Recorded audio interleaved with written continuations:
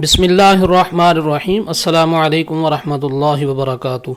یمن میں تبہ خاندان کے حکمرانوں کے بعد ربیہ بن نضر یمن کا فرما روا مقرر ہوا۔ ربیہ نے اپنے عہد فرما روائی میں ایک خواب دیکھا جس نے اس کو پریشان اور خوفزدہ کر دیا۔ اس نے اپنی مملکت کے سارے کاہنوں، جادوگروں، ماہرین نجوم اور اہل قیافہ کو اپنے دربار میں طلب کیا اور انہیں کہا کہ میں نے ایک خواب دیکھا ہے جس نے مجھے سراسیمہ اور مضطرب اور پریشان کر رکھا ہے، مجھے اس کی تعبیر بتاؤ۔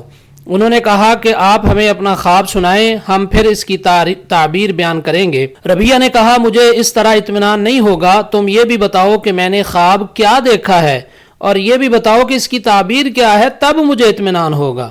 انہوں نے کہا اگر تم اپنا خواب بتائے بغیر اس کی تعبیر پوچھنا چاہتے ہو تو ہم میں سے کوئی شخص ایسا نہیں ہے جو اس کی قدرت رکھتا ہو کہ وہ خواب بھی بتائے، تعبیر بھی بتائے۔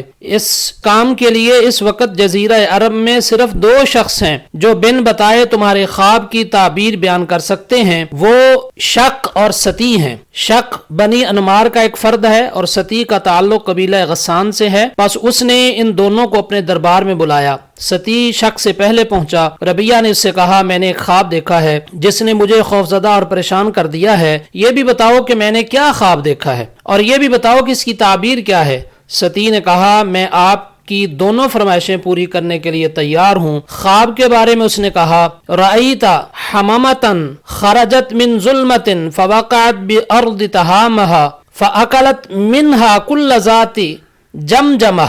اے بادشاہ تو نے بھڑکتے شعلے اور انگارے دیکھے ہیں جو تاریکی میں سے نکلے اور سرزمین تہامہ میں آ گرے اور وہاں ہر کھوپڑی والی چیز کو ہڑپ کر گئے۔ بادشاہ نے کہا اے ستی تم نے بالکل صحیح خواب بیان کیا ہے، اب اس کی تعبیر بتاؤ۔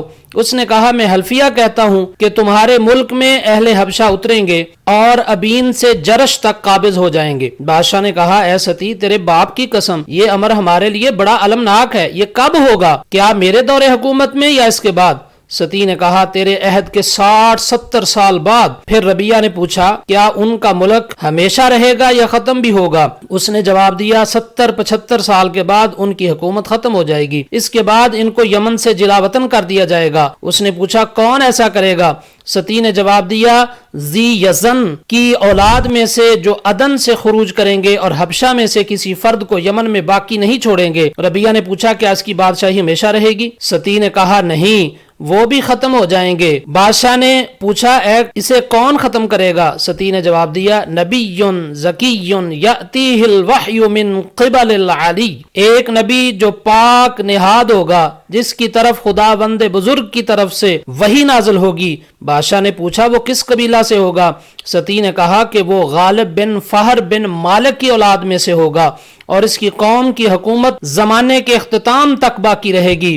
بادشاہ نے پوچھا کیا زمانے کی انتہا بھی ہے؟ ستی نے کہا بے شک وہ دن جب اولین اور آخرین کو جمع کیا جائے گا، نیکوکار اس میں سعادت مند ہوں گے اور بدکار شقی و بدبخت ہوں گے۔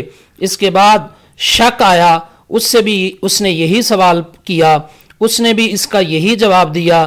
جب دونوں جوابات میں یکسانیت اس نے پائی تو اس وقت ربیہ کو تسلی ہوئی۔ علامہ ابو القاسم سہیلی لکھتے ہیں کہ ستی نے لمبی عمر پائی، یہاں تک کہ نبی کریم صلی اللہ علیہ وسلم کی ولادت باسعادت کا واقعہ اس کی زندگی میں ظہور پذیر ہوا۔ سبحان اللہ سبحان اللہ سبحان اللہ۔ میرے آقا کی ولادت کی خبریں کہاں کہاں سے آ رہی تھیں۔